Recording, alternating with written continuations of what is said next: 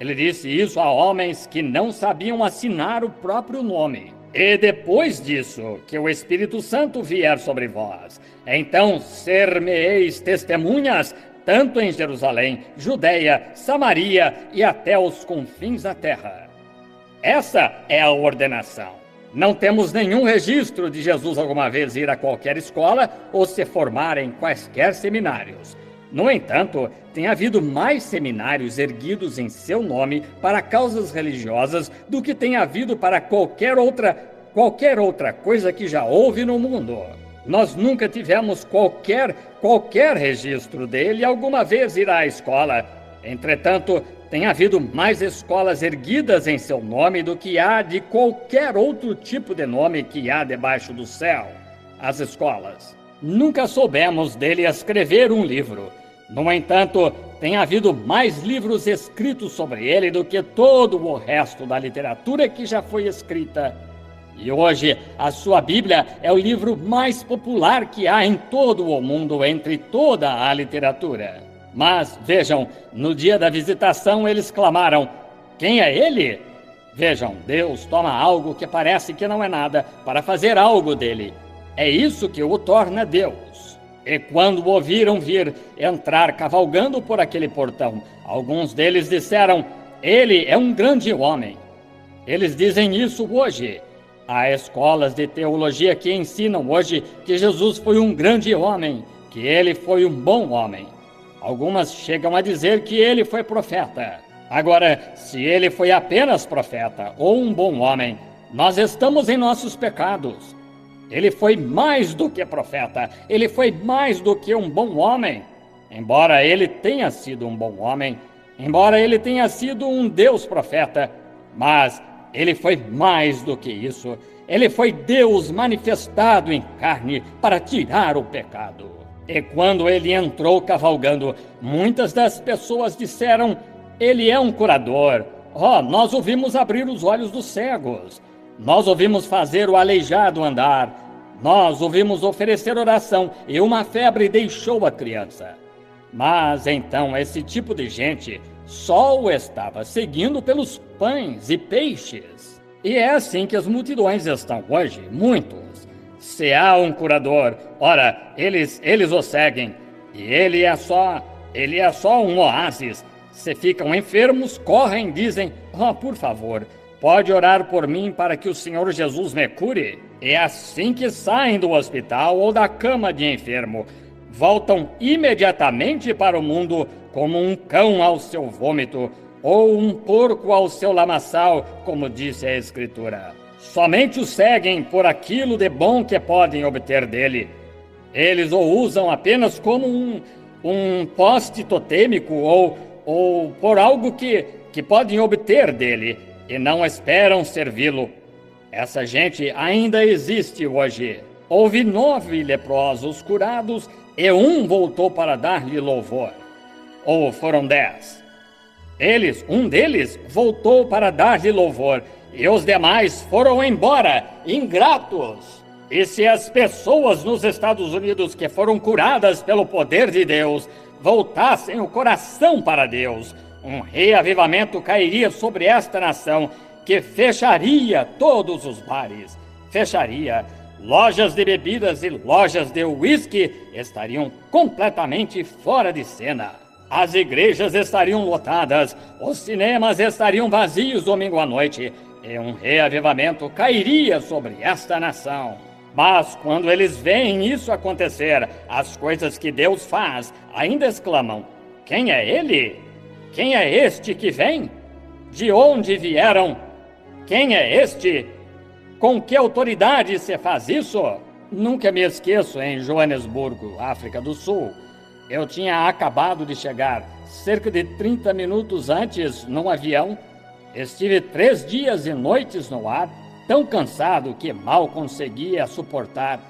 Eles me levaram para o local de eventos, onde umas 50 ou 60 mil pessoas estavam reunidas. E logo que cheguei à plataforma, o Espírito Santo, eu vi atravessando o lugar um ônibus, e havia um letreiro nele, Durban. eu vi que um jovem teve de discutir e sair sem seu pai e sua mãe notarem, com uma perna 6 ou 8 polegadas mais curta do que a outra. Ele estava usando uma camisa branca, com suspensórios segurando a calça. Eu observei o jovem, olhei para trás de novo, a visão se havia ido. E então, em um instante, vi aquela luz pairada sobre um jovem bem atrás na audiência. Eu olhei e pensei, eu o vi em algum lugar. Eu o observei e aquela luz se manteve sobre ele por alguns minutos. E eu estava esperando o intérprete captar as próximas palavras. Então vi aquele mesmo jovem ficar de pé, jogar suas muletas, e sua perna 6 polegadas mais curta ficou normal como os outros membros. E eu disse ao senhor A.J. Schumann, que está na glória esta noite, eu disse, senhor Schumann, apenas cite as minhas palavras, é uma visão. Ele disse, muito bem. E eu disse, o jovem sentado lá atrás, de camisa branca e suspensórios, ele veio de uma cidade chamada Durban, umas 1.500 milhas através do país, num ônibus, e teve de sair sem seu pai e sua mãe notarem para vir. Mas ele creu no Senhor Jesus e ele tem uma perna 6 polegadas mais curta do que a outra. E o jovem saltou. Lá estava ele de pé, tentando sentir suas muletas, e eu disse, jovem, o Senhor Jesus o curou. E imediatamente sua perna se estendeu 6 polegadas, ficando normal como os outros membros. E trouxeram o jovem à plataforma e médicos o examinaram lá. Vocês veem a foto dele no meu livro. Eu tinha estado lá apenas alguns momentos. Vi um pequeno carro verde correndo estrada abaixo e derrapou. Ele virou para trás e bateu numa árvore. Uma jovem loira teve a coluna quebrada. E eu disse, vejo um pequeno carro verde que derrapou e bateu numa árvore. E uma jovem loira de cerca de 18 anos está com a coluna quebrada. Ela está em estado grave. Ninguém respondeu. E eu não conseguia vê-la em nenhum lugar, naquela vasta, grande audiência de pessoas. Eu fiquei lá só por alguns minutos. Eu disse, entendam, não tenham desconfiança. É o Senhor Jesus no poder da ressurreição. Ele enviou o Espírito Santo para continuar seu trabalho. E lá eu vi a visão se repetir e não conseguia ver a jovem. Naquele momento, encontrando-se bem na minha frente, aqui estava aquela luz, como se vê na foto. E aqui se encontrava, fui até lá, e lá estava ela deitada, abaixo da plataforma. Eu disse, jovem, o Senhor Jesus a curou. E ela começou a chorar. A mãe dela disse, oh não diga a ela para se levantar. Diz, se ela se mexer, morrerá. E a jovem ficou de pé rápido, gritando e louvando a Deus. E a mãe desmaiou e caiu na maca em que a moça estava deitada. Que é isto? Mais ou menos naquele momento, certo homem crítico se levantou lá atrás e ficou com um pé sobre uma cadeira e um sobre a outra e disse, você, americano, eu o desafio a me dizer em que nome você faz isso e a que denominação da igreja você pertence. Estão vendo? É exatamente a mesma coisa. Não entendem. Não estão esperando por estas coisas. As igrejas não estão esperando pela vinda do Senhor. E o Espírito Santo está aqui para confirmar sua vinda, para fazê-la acontecer. Tanto que cada uma quer trilhar seu próprio caminho. Assim era lá. Cada grupo tinha sua própria ideia. Mas essa não é a questão esta noite. Não é disso que estou falando. Mas a pergunta que lhes estou fazendo é, o que vocês acham ser isso? Isso interessa a vocês. Quem é este que está percorrendo as nações? Não homens.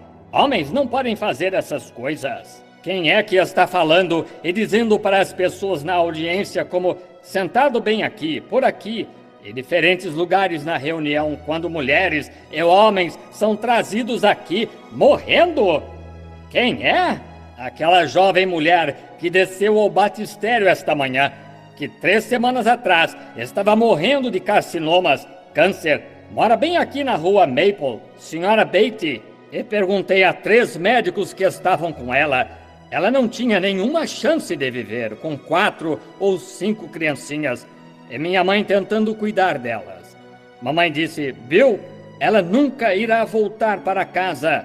E eu fui até onde ela estava e o Senhor Jesus falou: assim diz o Senhor, se ela for à igreja e prometer ser batizada em nome do Senhor Jesus e servir a Deus, ela irá para casa bem. E eu lhe perguntei: a senhora fará isto?